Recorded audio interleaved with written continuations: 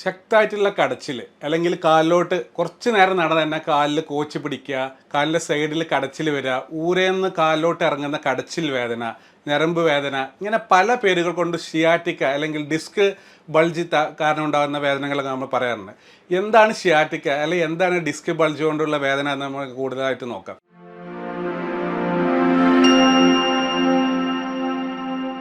ഈ ഷിയാറ്റിക്ക അല്ലെങ്കിൽ disc bulge എന്ന് പറയുന്നത് നമ്മുടെ ബോഡിയിൽ നമ്മളുടെ നട്ടല്, അതാ വെർട്ടിബ്രൽ കോളം എന്ന് പറയുന്ന കുറേ എല്ലിൻ്റെ ഒരു കൂട്ടമുണ്ട് നമ്മളെ ബോഡീനെ സപ്പോർട്ട് ചെയ്യുന്നത്. അതിൻ്റെ നടുക്ക് ഒരു സസ്പെൻഷൻ, ഒരു കുഷൻ പോലെ, ഒരു ജെല്ലി പോലെയുള്ള സാധനമാണ് ഡിസ്ക് എന്ന് പറയുന്നത്. അത് എല്ലാവരിലും അത് കറക്റ്റായിട്ട് തന്നെ പ്ലേസ് ചെയ്തു. പക്ഷേ കുറച്ച് കാലം കഴിഞ്ഞാൽ എന്തെങ്കിലും പരുക്ക് പറ്റുക, അല്ലെങ്കിൽ എന്തെങ്കിലും വീഴ്ച സംഭവിക്കുക, അല്ലെങ്കിൽ പ്രായം കൊണ്ട്, അല്ലെങ്കിൽ എന്തെങ്കിലും കുറേ ജോലി കൊണ്ട്, ഒരേ പൊസിഷനിൽ തന്നെ ജോലി എടുക്കുന്നതുകൊണ്ടെല്ലാം ആ ഡിസ്കിന് തേയ്മാനം അല്ലെങ്കിൽ അതിൽ ജലാംശം നഷ്ടപ്പെട്ട് അതിന് ബൾജ് വരാനുള്ള സാധ്യതയുണ്ട്. ആ ബൾജ് വരുമ്പോഴാണ് ഡിസ്ക് ബൾജ് എന്ന് പറയുന്നത്. ആദ്യം തന്നെ ഡിസ്ക് ബൾജ് ഡിസ്ക് ബൾജുള്ള എല്ലാവർക്കും പെയിൻ ഉണ്ടായിരിക്കണമെന്നില്ല. അപ്പം നിങ്ങളുടെ അല്ലെങ്കിൽ എൻ്റെ MRI എടുത്താൽ അതിൽ കുറേ ഡിസ്ക് ബൾജ് ഉണ്ടാവും, ആ എല്ലാവർക്കും പെയിൻ. ആ ഡിസ്ക് ബൾജ് നമ്മളെ കാലിലോട്ട് പോകുന്ന, പ്രത്യേകിച്ച് നമ്മളെ താഴെ ഭാഗത്ത് ഊരഭാഗത്തുള്ള വെർട്ടിബ്രയിൽ കാലിലോട്ട് പോകുന്ന കുറേ ഞരമ്പുകളുണ്ട്. അതിലോട്ട് അമരുമ്പോഴാണ് ഈ ഷിയാറ്റിക്ക അല്ലെങ്കിൽ കാൽ കടച്ചിൽ എന്ന രോഗം ഉണ്ടാകുന്നത്. അതെങ്ങനെയാണെന്ന് നമുക്ക് നോക്കാം. യൂഷ്വലി നമുക്ക് അതിൻ്റെ വേദന എന്ന് പറഞ്ഞാൽ കുറച്ച് നേരം നിൽക്കുമ്പോൾ കാലിലോട്ട് ശക്തമായിട്ടുള്ള കടച്ചിൽ, അതിനൊരു പാറ്റേൺ ഉണ്ടാവും. അത് വെറുതെ ഉള്ള കടച്ചിലല്ല, കാലിൻ്റെ സൈഡിലോട്ട് അല്ലെങ്കിൽ കാലിൻ്റെ ബാക്കിലോട്ട്, തുടയുടെ ബാക്കിലോട്ട്, കാലിൻ്റെ താഴെ വരെ ഒരു ഷോക്ക് അടിക്കുന്ന പോലെ ഒരു കടച്ചിൽ ഉണ്ടാകുന്നതിന് അതിനാണ് ഞരമ്പ് വേദന. അത് ഷിയാറ്റിക്ക കാരണം ഉണ്ടാകുന്ന ഞരമ്പ് വേദന എന്ന് പറയുന്നത്. അത് എന്തുകൊണ്ടാണെന്ന് നമുക്ക് നോക്കാം. നമ്മുടെ ഈ വെർട്ടിബ്രൽ കോളം നോക്കിയാൽ നിങ്ങൾക്ക് മനസ്സിലാവും. ഇതൊക്കെ നമ്മുടെ ഈ വെർട്ടിബ്രൽ കോളമാണ്. ഇതിൻ്റെ അടിയിൽ ഈ വൈറ്റ് പോലെ ജെല്ലി പോലെ കാണുന്ന ഏരിയയാണ് ഡിസ്ക് എന്ന് പറയുന്നത്. ഡിസ്ക് എന്ന് വെച്ചാൽ ഒരു കുഷൻ, അതിൻ്റെ അടിയിലുള്ള ജെല്ലി നമുക്ക് ചാടുമ്പോഴും ഓടുമ്പോഴൊക്കെ നമ്മളെ വെർട്ടിബ്രൽ കോളം പിടിച്ചു നിർത്തുന്ന ഒരു കുഷനാണത്. അതിന് ബൾജ് ഉണ്ടായാൽ, അതിന് തള്ളിച്ച വന്നാൽ, ആ തള്ളിച്ചയാണ് ഇവിടെ ഈ റെഡ് കളർ കാണുന്നത്. ഈ സൈഡിൽ ഒരുപാട് കശേരുക്കൾ, ഞരമ്പുകൾ താഴോട്ട് പോകുന്നുണ്ട്. പ്രത്യേകിച്ചും ഊരഭാഗത്ത് അല്ലെങ്കിൽ കാലിൻ്റെ ഏരിയയുള്ള നട്ടലിൻ്റെ ഭാഗത്ത് ഈ ഞരമ്പുകളൊക്കെ പോകുന്നത് നമ്മൾ കാലിലോട്ട് ഏരിയയിലോട്ടാണ്. ഇപ്പോൾ ഉദാഹരണത്തിന് പറയുകയാണെങ്കിൽ ഏറ്റവും താഴെയുള്ള ഈ മഞ്ഞ കളറുള്ള ഈ ഞരമ്പ് പോകുന്നത് നമ്മുടെ തുടയുടെ ബാക്കിലോട്ട്, S1 എന്ന് പറയുന്ന തുടയുടെ ബാക്കിലോട്ട്, കാലിൻ്റെ ബാക്കിലോട്ടുള്ള ഞരമ്പാണ്. അപ്പോൾ ഈ ഭാഗത്ത് ഡിസ്ക് തെറ്റിയാൽ നിങ്ങൾക്ക് ആ സൈഡിൽ മാത്രം കടച്ചിൽ, പ്രത്യേകിച്ച് നടക്കുമ്പോഴും ഇരിക്കുമ്പോഴും മുന്നോട്ടാടുമ്പോഴും. എന്തുകൊണ്ടാണെന്ന് വെച്ചാൽ നമ്മളെ ഡിസ്കിൽ ഇത് നോക്കിയൊരു ഒരു ബാമ്പു അല്ലെങ്കിൽ ഒരു മുള പോലെയുള്ള സംഭവമാണ്.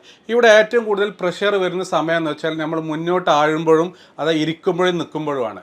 നമുക്ക് കടക്കുമ്പോൾ നല്ല സമാധാനം ഉണ്ടാവും സാധാരണ ഷിയാറ്റിക്ക വേദനയിൽ. അതുകൊണ്ട് തന്നെ ഏറ്റവും താഴെ ഭാഗത്ത് ഡിസ്ക് തള്ളിച്ച് വരികയാണെങ്കിൽ കാലിൻ്റെ തുടയുടെ ബാക്കിലും കാലിൻ്റെ ബാക്കിലൊക്കെ ആയിട്ടാണ് കടച്ചിൽ വരിക. പ്രത്യേകിച്ച് നിൽക്കുമ്പോഴും, കുറേ കാലം നിന്നാലും നടക്കുമ്പോഴും. അതിൻ്റെ മേലെയുള്ള L5 എന്നുള്ള ഏരിയയിലാണെങ്കിൽ നമുക്ക് തുടയുടെ സൈഡിലും കാലിൻ്റെ സൈഡിലും. അത് ആണ് വരിക. ഈ മേലെയുള്ള ഏരിയകൾ L3 L4 ഒക്കെ ആണെങ്കിൽ മിക്ക ആളുകൾക്കും ബാക്കിൽ നമ്മളെ ഊരവേദന ആ ഏരിയയിലും നമ്മുടെ ബട്ടക്സിൻ്റെ ഏരിയയിലൊക്കെയാണ് വേദന വരിക. അതാണ് പറഞ്ഞത്, ഈ ഓരോ ഏരിയയിലും ഡിസ്ക് തള്ളിച്ച വ്യത്യാസമുണ്ട്, അതിൻ്റെ വേദനകൾ വ്യത്യാസമുണ്ട്. അപ്പോൾ നമുക്കിങ്ങനെ യൂഷ്വലി ഒരു വേദന വന്നാൽ നമ്മൾ ഫസ്റ്റ് ചെയ്യേണ്ടത് ആദ്യം ഒന്ന് റെസ്റ്റ് എടുത്ത് നോക്കുക. എന്നിട്ട് കുറയുന്നില്ല, എന്നിട്ട് നമുക്ക് ബാക്ക് സ്ട്രെങ്തനിങ് എക്സസൈസ്, നമുക്കറിയുന്ന എക്സസൈസൊക്കെ എടുത്ത് നോക്കുക, ഡോക്ടറെ കാണിക്കണം.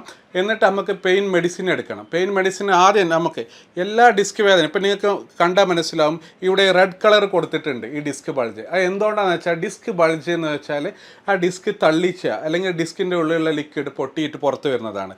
അത് അവിടെ ഇൻഫ്ലമേഷൻ അല്ലെങ്കിൽ വീക്കം, നീർവീക്കം ഉണ്ടാക്കുന്നുണ്ട്. അതുകൊണ്ടുള്ള ഒരു കെമിക്കൽ റിയാക്ഷൻ, ആ നീർവീക്കം നമ്മുടെ ഈ ഞരമ്പിലോട്ട് തട്ടുമ്പോഴാണ് നമ്മുടെ കാലിലോട്ട് കടച്ചിൽ വരുന്നത്. നേരെ മറിച്ച് ഡിസ്ക് ബൾജ് മാത്രമാണ്, അത് ഞരമ്പിലോട്ട് തട്ടുന്നില്ലെങ്കിൽ നിങ്ങൾക്ക് ചിലപ്പം ഊരവേദന അല്ലെങ്കിൽ ബാക്കിലൊരു പിടുത്തം മാത്രം പോലെ തോന്നുള്ളൂ. ഈ കാലിലോട്ട് തട്ടുമ്പോഴാണ് യൂഷ്വലി നമുക്ക് ഈ കടച്ചിൽ, കാലിലോട്ടുള്ള കടച്ചിൽ എന്ന് പറയുന്നത്. അപ്പോൾ അതിന് നമുക്ക് എന്തൊക്കെയാണ് ചെയ്യേണ്ടത്? യൂഷ്വലി അത് മാറുന്നില്ലെങ്കിൽ, മെഡിസിൻ എടുത്തിട്ടൊന്നും മാറുന്നില്ലെങ്കിൽ നമ്മൾ എന്താ ചെയ്യുക? അതിന് ഇമേജിങ് ടെക്നിക്ക്, അതായത് MRI, എക്സ്റേ എടുത്താൽ എല്ലാം കാണണമെന്നില്ല. എക്സ്റേ എടുത്തിട്ട് അതിൽ എല്ലാ ഞരമ്പുകളൊന്നും നമുക്ക് എക്സ്റേയിൽ കാണാൻ പറ്റില്ല. അതിന് നമ്മൾ MRI സ്കാൻ എടുക്കുക. ഈ MRI സ്കാൻ എടുക്കുമ്പോൾ നമ്മുടെ നട്ടലിൽ മൊത്തമായിട്ട് സ്കാൻ ചെയ്യും. അതിൻ്റെ axial view, cross sectional view എല്ലാം വരും. അതിൽ വരുമ്പോൾ നമുക്ക് കാണാൻ പറ്റും ഏത് സ്ഥലത്താണ് ഈ ഡിസ്ക് തള്ളിയിട്ടുള്ളത്, ഏത് ഞരമ്പിലോട്ടാണ്. അത് ഭയങ്കര ഇമ്പോർട്ടൻ്റ് ആണ്. കാരണം ഏത് ഞരമ്പാണെന്നുള്ളത് ആ ഡിസ്ക് തള്ളിയ ഏരിയയിലുള്ള ഞരമ്പിൻ്റെ ആ ഞരമ്പ് പോകുന്ന അതേ റൂട്ടിൽ നിങ്ങൾക്ക് കാലിന് വേദന ഉണ്ടാവുള്ളൂ. ഇപ്പോൾ 5ാമത്തെ ഞരമ്പാണെങ്കിൽ തുടയുടെ സൈഡിലോട്ടും കാലിൻ്റെ സൈഡിലോട്ടും മാത്രമേ ഉണ്ടാവുള്ളൂ. പക്ഷേ ഏറ്റവും കൂടുതൽ ആളുകൾക്ക് ഞരമ്പിൻ്റെ ഇഷ്യൂ വരുന്നത്, ഏറ്റവും കൂടുതൽ ഡിസ്ക് തള്ളിക്ക് വരുന്നത് ഈ L5S1 എന്നുള്ള ഏരിയയാണ്. അതായത് 5ാമത്തെയും 1ാമത്തെയും സാക്രൽ 1ാമത്തെയും വെർട്ടിബ്രയുടെ അവിടെ വരുമ്പോൾ തന്നെ ഈ തുടയുടെ ബാക്കിൽ, ബട്ടക്സിൻ്റെ ബാക്കിലൂടെ കടഞ്ഞിറങ്ങുന്ന ഒരു വേദന ഉണ്ടാവും. കാല് വരെ കടഞ്ഞിറങ്ങുന്ന വേദന. അതിനാണ് L5S1 റാഡിക്കുലോപ്പതി എന്ന് പറയുന്നത്. അത് നമ്മൾ MRI എടുത്തിട്ട് മനസ്സിലാക്കിയാൽ നമുക്ക് എന്താണ് അസുഖം മനസ്സിലാവും. യൂഷ്വലി നമ്മളെ ഈ ഡിസ്ക് ബാക്കിയുള്ള എല്ലാ അസുഖങ്ങൾ പോലെ നമുക്കൊരു മുറി പറ്റിയാൽ അത് ഉണങ്ങുന്ന പോലെ, അല്ലെങ്കിൽ ഒരു പനി ഉണ്ടായാൽ മാറുന്ന പോലെ ഈ ഡിസ്കിൻ്റെ പ്രശ്നങ്ങളും നമ്മുടെ ബോഡി റിപ്പയർ ചെയ്യും. അതായത് എന്ത് പറ്റിയാലും, ഇതിപ്പോൾ ബോഡി നമ്മൾ നട്ടലിൻ്റെ ഉള്ളിലുള്ള ഒരു ഡിസ്ക് തള്ളിച്ചാണ്, അത് ബോഡി തന്നെ അത് റിപ്പയർ ചെയ്യാൻ നോക്കും. പക്ഷെ അതിനൊരു സമയപരിധിയുണ്ട്. യൂഷ്വലി ഒരു 3-4 ആഴ്ച കൊണ്ട് തന്നെ അത് പെയിൻ കുറഞ്ഞു വരണം. പക്ഷെ അത് കുറഞ്ഞിട്ടില്ലെങ്കിൽ അത് നല്ല തള്ളിച്ചയാണ്, അല്ലെങ്കിൽ അവിടെ നല്ല നീർക്കെട്ട് ഉണ്ട് എന്നാണ് അർത്ഥം. അപ്പോൾ അത്രയും കാലം നമ്മൾ മെഡിസിൻ എടുക്കുക. എന്തൊക്കെ മെഡിസിൻ? ആൻറ്റി ഇൻഫ്ലമേറ്ററി ഡ്രഗ്സ് വേണമെങ്കിൽ, നല്ല തള്ളിച്ചുണ്ടെങ്കിൽ ലോഡോ സ്റ്റിറോയിഡ് എടുക്കാം, അല്ലെങ്കിൽ ഗാബപെൻറ്റിനോയിഡ്സ് പോലെയുള്ള അഡ്വാൻസ് ഡ്രഗ്സ് എല്ലാം എടുത്തിട്ട് നോക്കുക. അതിൻ്റെ കൂടെ തന്നെ നമ്മൾ ഫസ്റ്റ് ഇവിടെ അഡ്വൈസ് ചെയ്യുന്നത് എന്താ വെച്ചാൽ, ഈ ഡിസ്ക് ഇവിടെ തള്ളാനുള്ള കുറേ കാരണങ്ങളുണ്ടാവും. അത് മറ്റുള്ള പരിക്കില്ല, അങ്ങനത്തെ എല്ലാം പൊട്ടലില്ല, അങ്ങനത്തെ എല്ലാം ആണെങ്കിൽ നമുക്ക് ഇതിൻ്റെ ഈ ഡിസ്കിനെ സപ്പോർട്ട് ചെയ്യുന്ന മസിലുകളുണ്ട് നമ്മുടെ നട്ടലിൻ്റെ ബാക്കിൽ. ആ മസിലുകൾ സ്ട്രെങ്തൻ ചെയ്യുക. അതായത് ബാക്ക് സ്ട്രെങ്തനിങ് എക്സസൈസ്.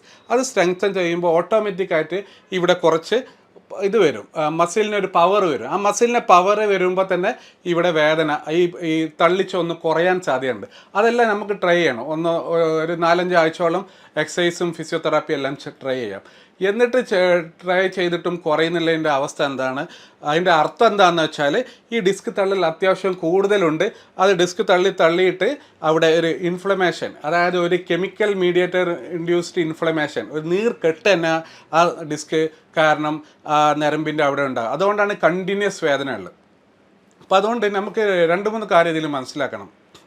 ഒന്ന്, ഈ ഡിസ്ക് തള്ളിയത് ഇത്രയും കാലമായിട്ട് മാറിയിട്ടില്ല. അതിൻ്റെ റീസൺ എന്താണ്? അതിൻ്റെ കടച്ചിൽ മാറിയിട്ടില്ല. റീസൺ എന്താണ്? എക്സസൈസ് ചെയ്തു, ഫിസിയോതെറാപ്പി ചെയ്തു, മെഡിസിൻ ചെയ്തു, എന്നിട്ട് മാറിയിട്ടില്ല എന്ന് വെച്ചാൽ ഒന്നെങ്കിൽ ആ ഡിസ്ക് ചെയ്ത ഏരിയ, ഇത് പല ഏരിയ ഉണ്ട്. ഇപ്പോൾ ആൻറ്റീരിയർ ഡിസ്ക് ഫ്രണ്ടിൽ തള്ളിയതാകാം, പോസ്റ്റീരിയർ ലാറ്ററൽ, അങ്ങനെ പല ഏരിയ ഉണ്ട്. ആളുകൾക്ക് പല തരത്തിലുള്ള സിംറ്റംസ് ആണ് എന്താണ്. ഇപ്പോൾ ഏറ്റവും കൂടുതൽ ഇതാണ് ഈ പോസ്റ്റീരിയർ ലാറ്ററൽ, ബാക്കിലും അല്ല സൈഡിൽ.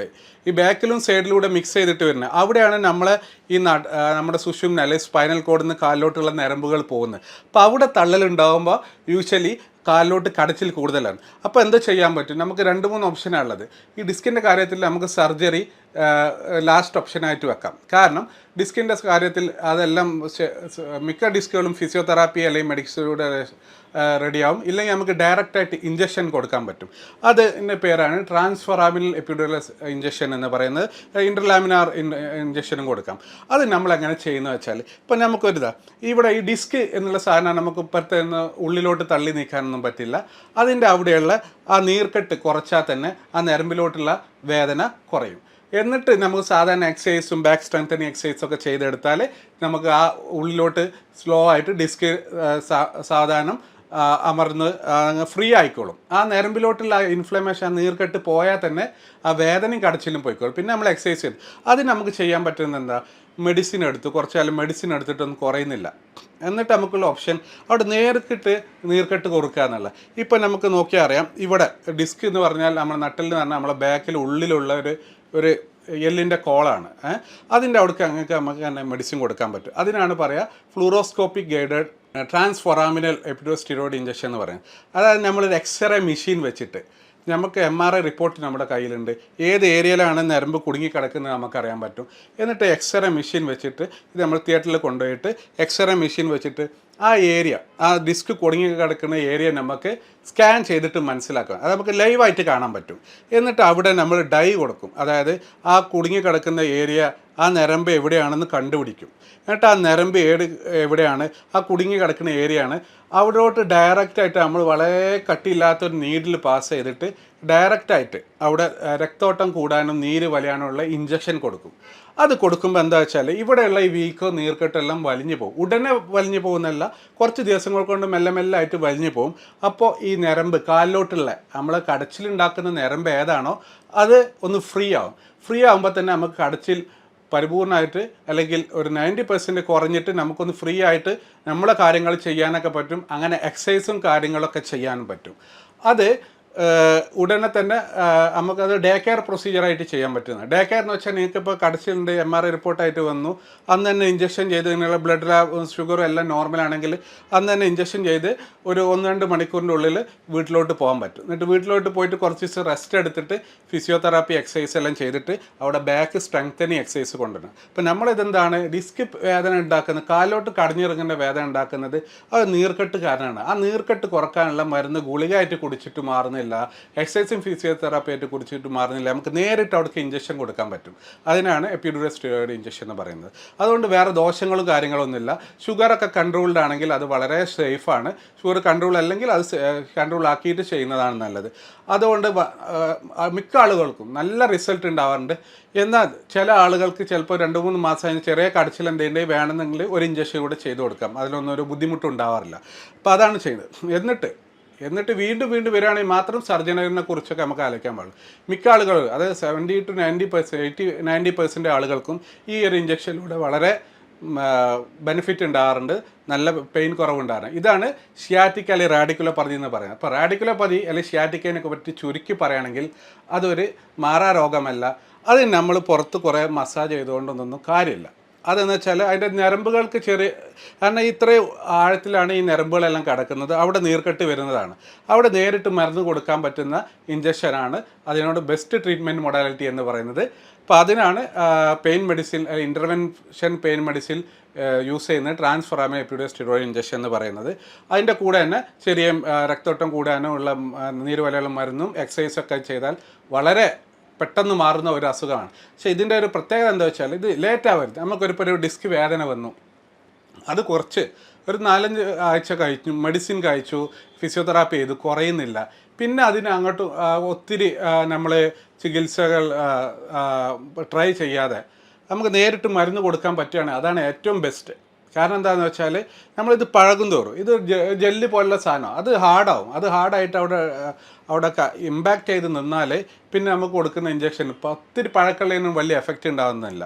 പക്ഷേ ഇത് പഴക്കം ചെന്ന് ഡിസ്ക് വേദന കൂടിയാൽ എന്താ പ്രശ്നം വെച്ചാൽ ഈ ക്രോണിക് വൈഡ് സ്പ്രെയിൻ അല്ലെങ്കിൽ മയോഫേഷ്യൽ പെയിൻ, ഇതിൻ്റെ ഈ ഡിസ്കിൻ്റെ ബാക്കിലുള്ള കുറേ മസിലുകളൊക്കെ ഉണ്ട്, അതൊക്കെ ഓവറായിട്ട് ഫയർ ചെയ്യാൻ തുടങ്ങും, അതിൻ്റെ സെൻസേഷനൊക്കെ കൂടും. അപ്പോൾ മൊത്തത്തിൽ ഡിഫ്യൂസ് പെയിൻ ആവും. നമ്മൾ ഊരവേദന ഉള്ളത്, കാലിലോട്ട് വേദന ഉള്ളത്, സൈഡിലോട്ട് വേദന പോകും. ചില ആളുകൾക്ക് ഇത് മേലോട്ട് സെൻസേഷൻ കയറിയിട്ട് ആ സൈഡിൽ ഇപ്പോൾ വലത്ത് ഭാഗത്ത് കാലിലോട്ട് വേദന ഉണ്ടെങ്കിൽ വലത്ത് ഭാഗത്ത് കൈയിലോട്ട് വേദന വരാം, ഷോൾഡറിലോട്ട് വേദന വരാം, മൊത്തം വേദന വരാം. അങ്ങനെ ഡിപ്രഷനിലോട്ട് പോകുന്ന ആളുകളുടെ അങ്ങനെ ക്രോണിക് വൈഡ് സ്പ്രെഡ് പെയിൻ അല്ലെങ്കിൽ മയോഫേഷ്യൽ പെയിൻ സിൻഡ്രോം എന്നൊക്കെ പറയും. അങ്ങനെ ചിലവർക്ക് അത് ഫൈബ്രോമയാൾജി ആയി മാറാറുണ്ട്. അപ്പോൾ ഇതിനൊക്കെ നമ്മൾ ചെയ്യേണ്ടത് ഈ ഡിസ്ക് പെയിൻ അത് കുറേ കാലം കൊണ്ടുവച്ച് കിടക്കാതെ അതിന് ഇപ്പോൾ അതിനൂതനമായിട്ടുള്ള ഇൻ്റർവെൻഷൻ പെയിൻ മെഡിസിനിലുള്ള ചികിത്സാ രീതികളൊക്കെ ട്രാൻസ്ഫോറാമിൻ എപ്പിഡ്യൂറൽ സ്റ്റീറോയിഡ് ഇഞ്ചക്ഷൻ പോലുള്ള ചികിത്സാ രീതികൾ ചെയ്താൽ അത് ഉടനെ തന്നെ മാറ്റാവുന്നതാണ്. അത് മാറ്റിയിട്ട് എക്സസൈസും ഫിസിയോതെറാപ്പി നമ്മളെ കാര്യങ്ങളൊക്കെ ചെയ്ത് മെഡിസിനൊക്കെ ചെയ്ത് നല്ല ഫുഡൊക്കെ കഴിച്ച് വെയിറ്റൊക്കെ കുറച്ച് നമ്മൾ അതിൻ്റെ കൂടെ ലൈഫ് സ്റ്റൈൽ കൂടെ മോഡിഫൈ ചെയ്താൽ ഒത്തിരി മാറ്റം ഉണ്ടാകും. ഇതിനെക്കുറിച്ച് ഇത്രയേ ഉള്ളൂ ഡിസ്ക് പെയിൻ അല്ലെങ്കിൽ ഷയാറ്റിക്കിനെ കുറിച്ച് ഞാൻ ഇന്ന് പറയുന്നത്. Thank you.